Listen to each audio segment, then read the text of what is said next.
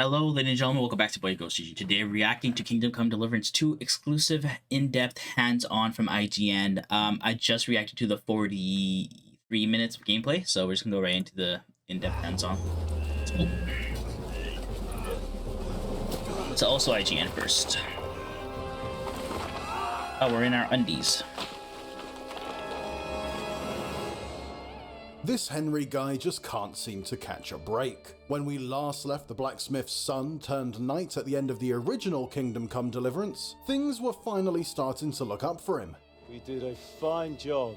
But the sequel, in true video game sequel fashion, starts by knocking him down a peg or two and dumping him into a new, larger open world to regain his dignity, one side quest at a time. And to be honest, that's refreshing. If you do not believe me, try me. Scheiße!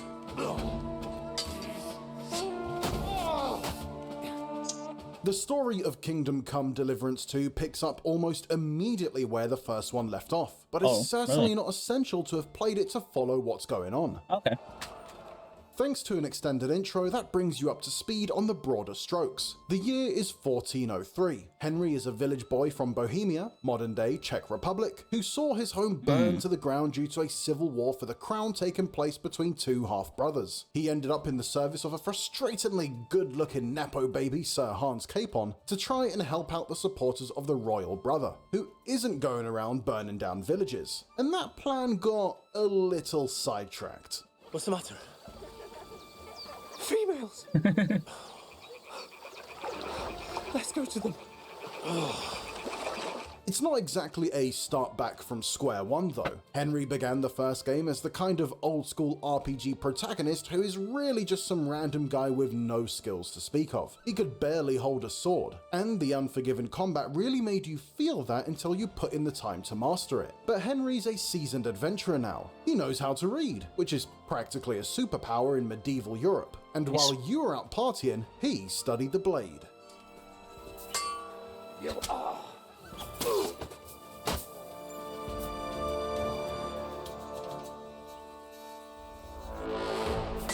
I surrender. Oh, we got animals as well. Oh, nice. This is reflected in the changes to combat in KCD2, which the developers described as lowering both the skill floor required to play competently and raising the skill ceiling for the most devoted warriors. There are only 4 attack directions now instead of 5. Thrust attacks are no longer a separate attack button, and have instead been folded into the combo system for weapons that make sense with them only. Parriers are a bit easier to pull off, and much to my delight, blocking can now defend you from multiple attackers, as long as they're all in front of you. Come on then! Basically, whether you mastered KCD1's combat or not, the lower skill requirement at the very beginning models the fact that Henry is simply a better fighter by now. But careful stamina management is still the core of every scrap, and button mashing is one of the quickest ways to die. I came across plenty of challenging encounters even as someone with more than 100 hours across 2 playthroughs in KCD1. It's not as easy to spam your way through them by getting a couple of powerful combo moves down to muscle memory. Mercy! Spare me! No sparing in this world.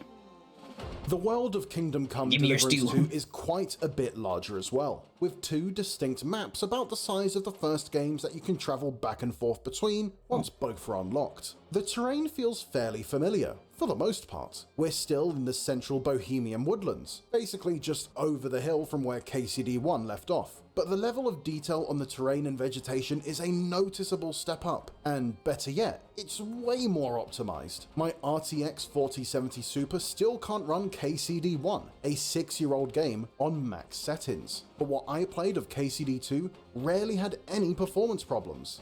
Really? A crew! So does that make sense? Maybe it was just poorly optimized. You won't... The centerpiece of this new world is the city of Kuttenberg, which is quite a bit larger, denser, and more vibrant than anything we saw in KCD1. It's certainly no Paris or Prague, but navigating its crowded streets and markets, taking shortcuts through back gardens, and admiring its grand Gothic architecture is a complete change of pace from wandering around muddy woodland trails. It's big enough to get lost in, built on a realistic scale that makes towns in a lot of other RPGs feel like tiny dioramas. That's cool.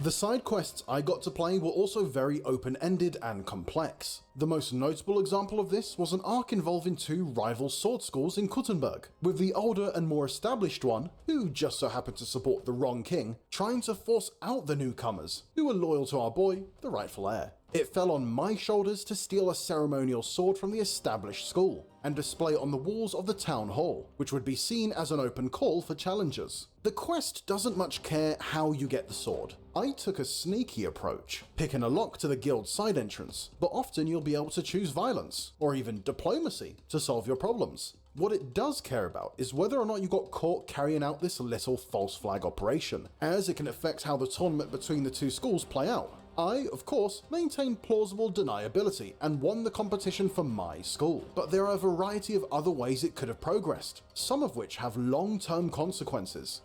End of duel!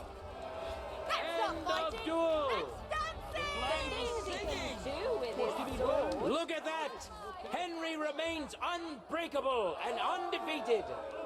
Another quest gave me the option of killing or talking my way past some quote-unquote bandits, and I was told that if I didn't kill them, they might show up later and present me with new opportunities. Lord von Bergov sent us to find the renegades who ambushed some knights company down by the pond yesterday. A couple of them fled and are hiding out here in the rocks. So tell me who you are and what you know about it. Skills and perks have also been expanded upon, and the perks themselves are generally more powerful. Some of the ones in the first game offered a boon and a penalty, which made them feel more like side grades. Perks in KCD2 are more straightforward upgrades, which they should be, especially if I'm going to spend my scarce, hard-won progression points on them.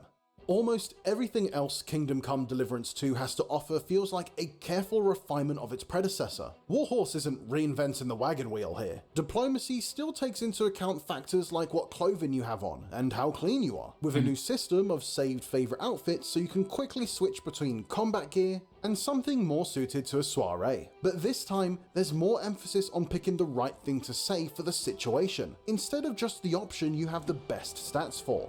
Alchemy is back, allowing you to craft various potions and concoctions. It's been made less fiddly. There's a new blacksmithing minigame for forging your own gear and making a bit of coin, following in Henry's father's footsteps. The reading skill has been replaced by scholarship, which is gained by reading books and can provide boons like opening up new dialogue options. Henry's still crap at reading Latin though, and I'm not sure if that could be fixed. And in addition to new, more diverse movesets for all kinds of melee fighting, Henry can finally get his hands on some guns. Now, this is the early 1400s, so we're talking about extremely primitive firearms, the kind that had the tendency to blow up right in your hands. My leg!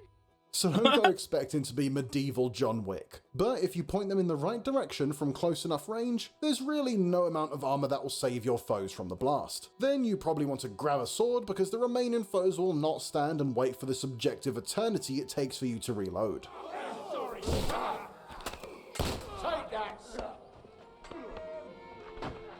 In just about every sense, Kingdom Come Deliverance 2 is shaping up as simply a smoother, prettier, more refined continuation of the things I liked about the original. The core mechanics are mostly the same, but sharper and with deeper progression. The world looks familiar, but broader and more grandiose. I had 2 whole days to play it, and it felt like far too little. When I was first turned loose from the stocks to pick my own path to glory, I felt that tingly feeling you get the first time you play Skyrim or The Witcher 3, of a massive world full of diverse adventures that aren't just clearing icons off a map. I look forward to spending dozens of hours exploring, gearing up the authentic medieval weapons and armor, and progressing through the improved perk system.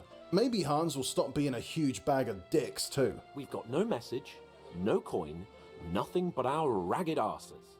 You know, anything is theoretically possible. I'm just glad I won't have to wait much longer.